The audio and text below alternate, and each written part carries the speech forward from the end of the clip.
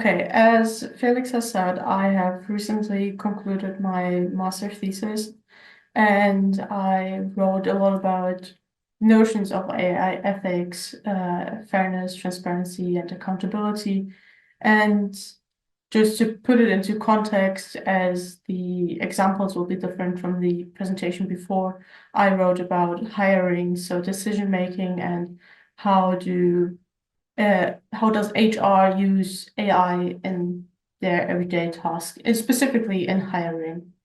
So, to give an introduction to the topic, everyone knows we have a rising popularity of AI in several fields.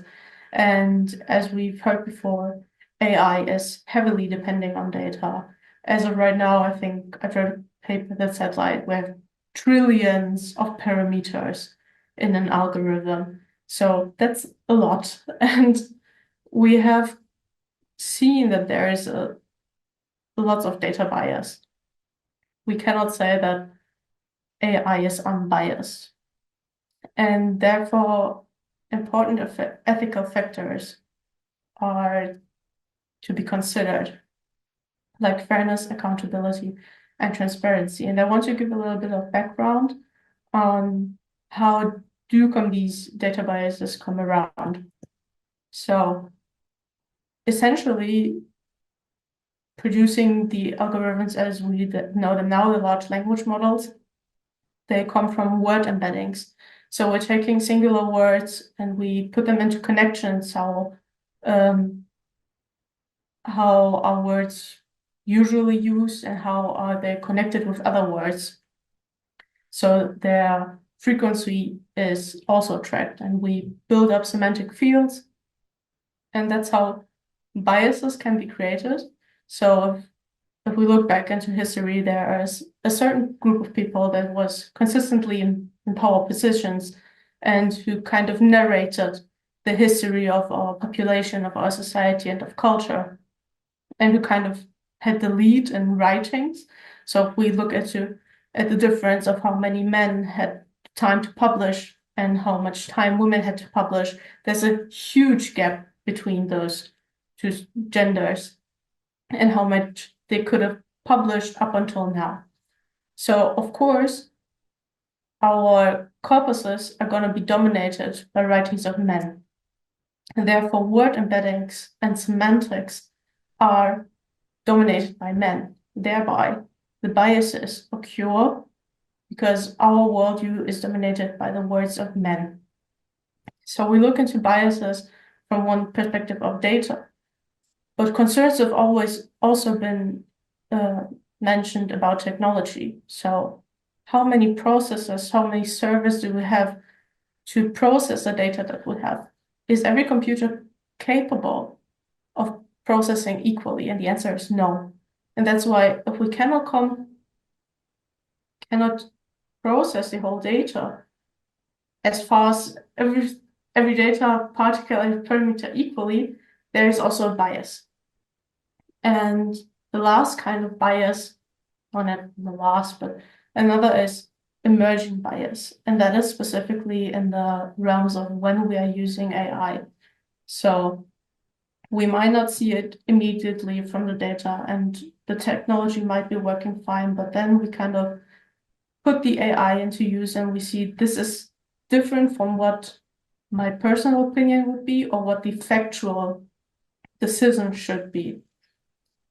And we kind of moved on in the AI field from natural language processing, where we started with the small word embeddings and we had specific thematic pre-trained language models. And now we are at large language models where we are at the point of trillions of parameters, black box, transparency is missing, and lots of ethical questions arise. And I've dealt with fairness, and my point of view from here is, and how I approach this is to have a picture of what is expected of fairness, what are we looking at, and how do we want to achieve fairness. And my first direction was looking at John Rawls and the theory of justice, and he says justice and fairness are kind of the same. And he says justice is necessary, as it's a very important thing. It's a basic human right, kind of. And he points out the veil of ignorance, saying that if we put away sensible factors like race, gender, and other things, that we would decide more fair. However, in the realm of fairness metrics and AI, sadly, this doesn't work.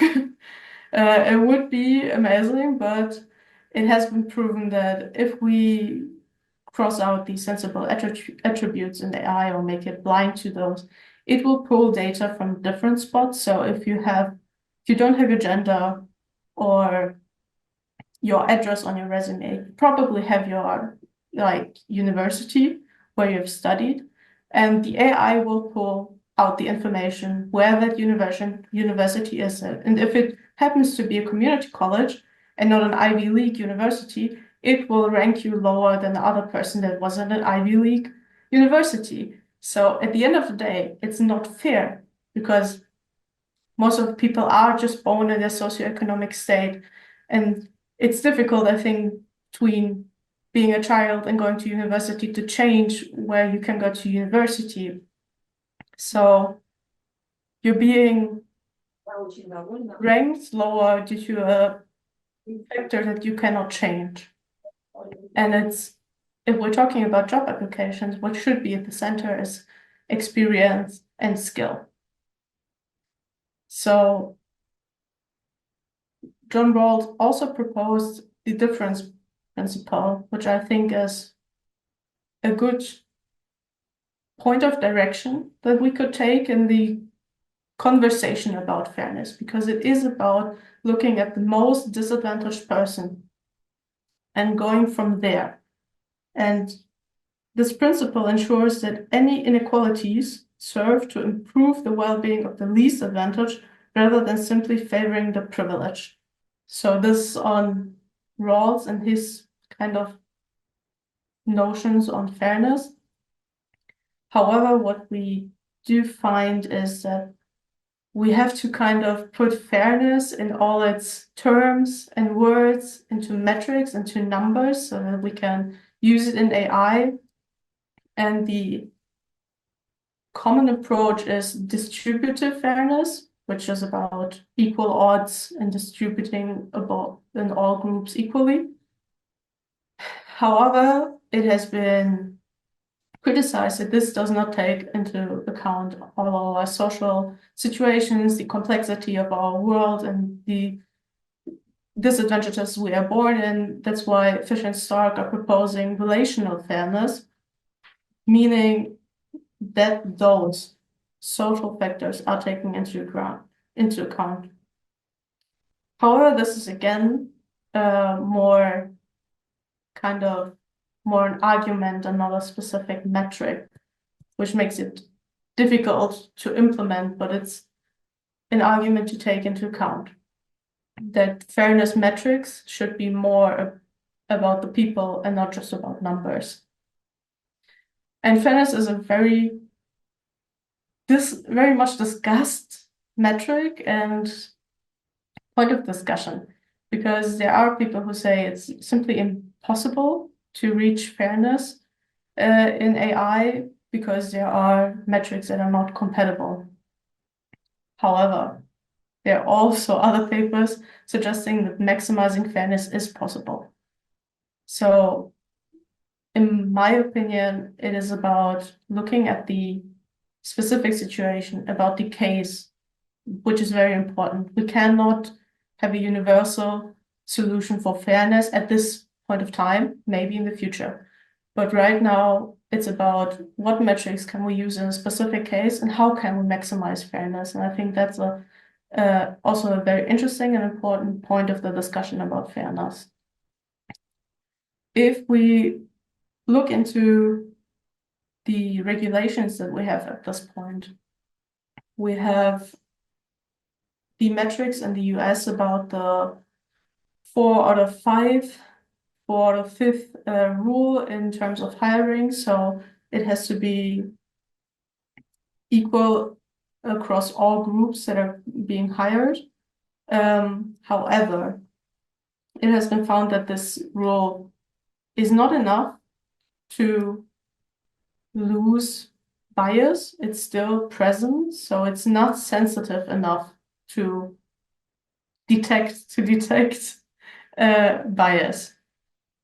And while the US has a specific metric, the EU is a lot more vague. There's no specific metric. There's simply the state that absence of discrimination equals fairness. And that's very complicated, I guess, for companies to adhere to or to kind of work with because it's very unspecific. So all in all, fairness is about finding a specific context or seeing the specific context and working on maximizing the fairness with the metrics that we have right now.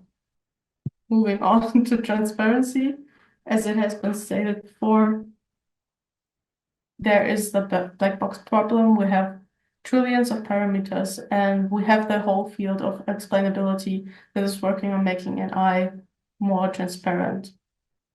If we look to EU regulations, transparency is a lot more specific than fairness because the EU says companies should be able to provide very lengthy and very detailed protocols of how the algorithm works and what kind of data is. The whole process of building the software that is being used should be documented and should be able to make public if someone requests it from the company.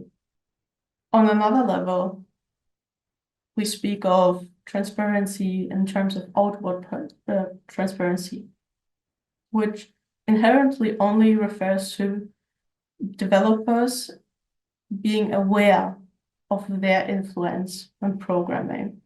Because we have to speak about the humongous gap in the fields of developers and programmers. We have a lot of male connotated on men working on those things and not women. And we do have to discuss what kind of influence has this on the product that is at the end of this development. So transparency in terms of Wormsley says that developers should be aware. They don't have to act on it and they don't have to feel some kind of, I'm going to be prosecuted for what kind of code I wrote, but they should be aware that their worldview might differ from other people. And of course, transparency always comes into discussion with data protection, which is kind of a two-sided story. On the one hand, if we don't have transparency, we have cases like Facebook, where millions of data points have been sold by users, and users did not know that Facebook, first of all, had all that data, and second of all, they didn't know it has been sold to other people, third parties. On the other hand, there are lots of people that say, in scientific discussions, say that we shouldn't put too much transparency out there for the users because it would be confusing and it wouldn't build trust. And at that point, user-centered and user-friendly discussions come into view. Because if we put out transparency should be in a way that all users should be able to understand that. That would mean meaningful transparency. Transparency is not, here's all the data, here's all the code, do whatever you want with it. That is not considered transparency. Transparency would be considered a web page that users of any kind of background could use and understand. So digital literacy is also a very important point in this discussion, as we kind of always live with our state of mind being like, yeah, I grew up with technology, I know how a website works, but that's not for everyone. Not everyone has the same background, and that should be taken into consideration when we want to talk about transparency. And lastly, I found this paper very interesting, that transparency is connected with welfare. And if we have more transparency, we have more welfare. And I thought it's a very nice point in the discussion to keep in mind that we're doing good with transparency and that this is helping and that it has a purpose and that it is for better and not for worse. Yeah.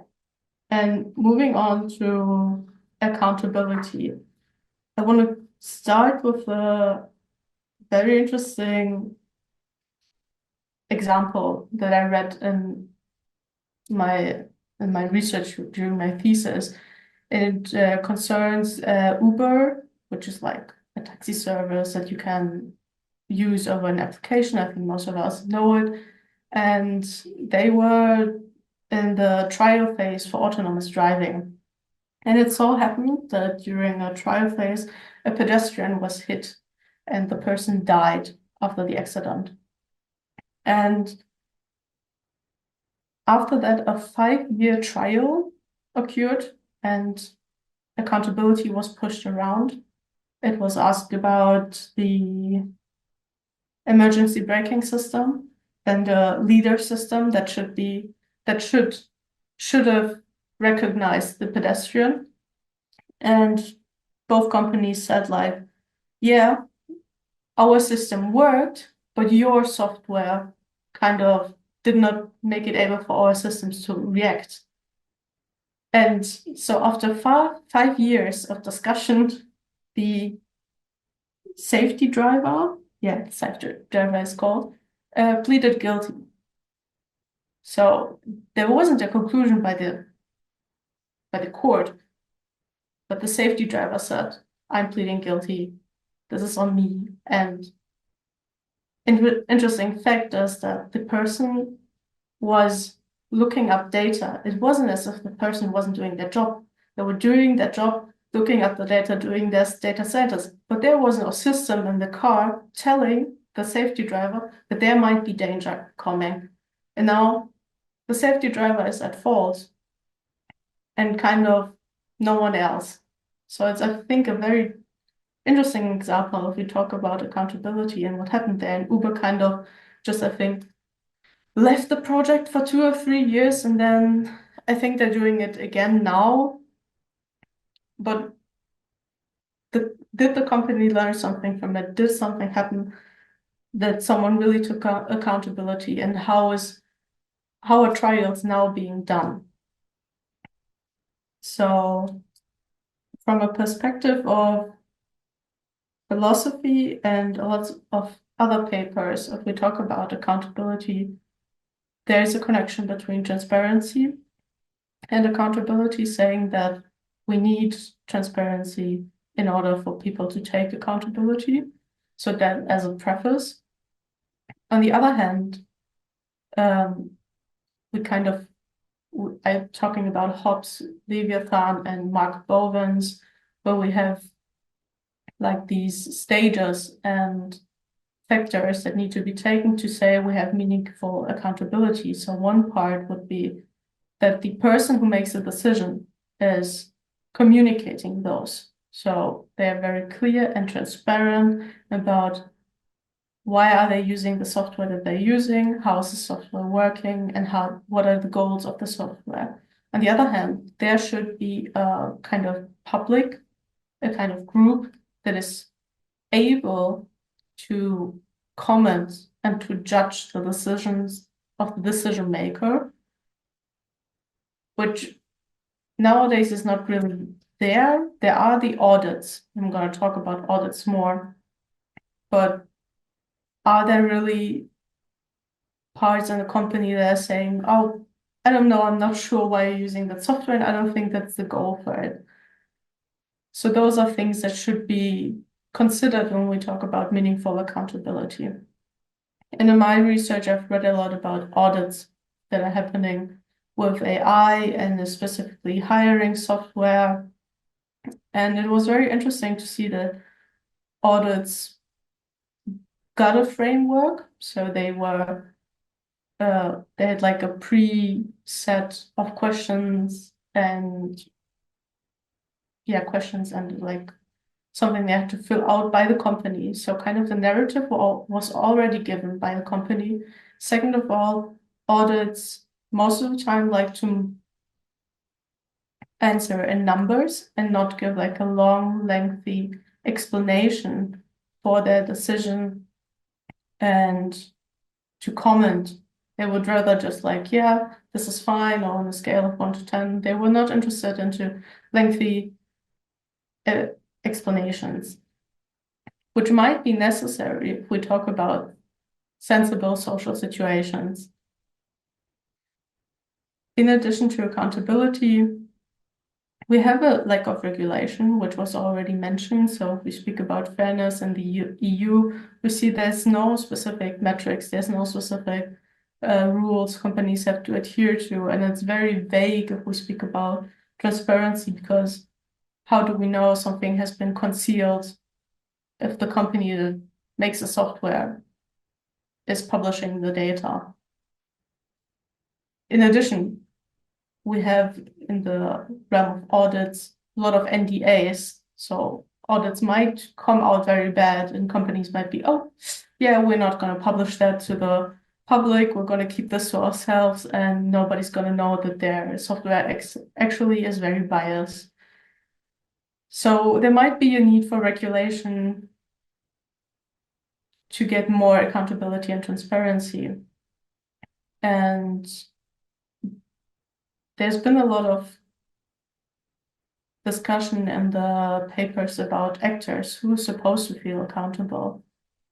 And I think this is still an ongoing thing that cannot be answered right now.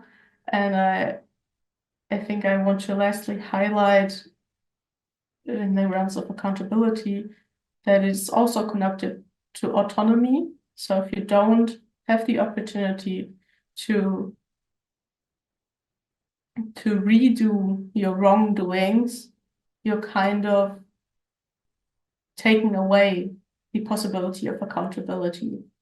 So I think a good example for this was that I think in 2016, there was, I cannot find the exact name of the company, but it was an AI that was supposed to predict who's more likely to become a criminal after doing their sentence. And it was highly biased against Black people, saying that they would be more likely to be criminal again than white criminals. And if that AI would have put into use those people who were under more observation than the others, would have been taking away the autonomy and the possibility to take accountability for their past. So that as an example for autonomy or accountability, or and to put it into other words, an example that I had in my master thesis, Amazon had an AI hiring tool that was highly biased, and they took it off the market. And they did not have the capability and they did not have the skill to remove the bias from that specific AI software. So they did not have the autonomy to deal with this problem, and thereby they could not take meaningful accountability of this issue. And for all of these questions and problems, there have been strategies to deal with these problems. And in case of bias, there has been the idea that we could just make the model aware of its bias. I think it's a good idea, it's a possibility. However, as I've stated before, AI runs deep with biases. We kind of cannot make it blind to things, and it's gonna pull more and more information because we're asking it to rank something.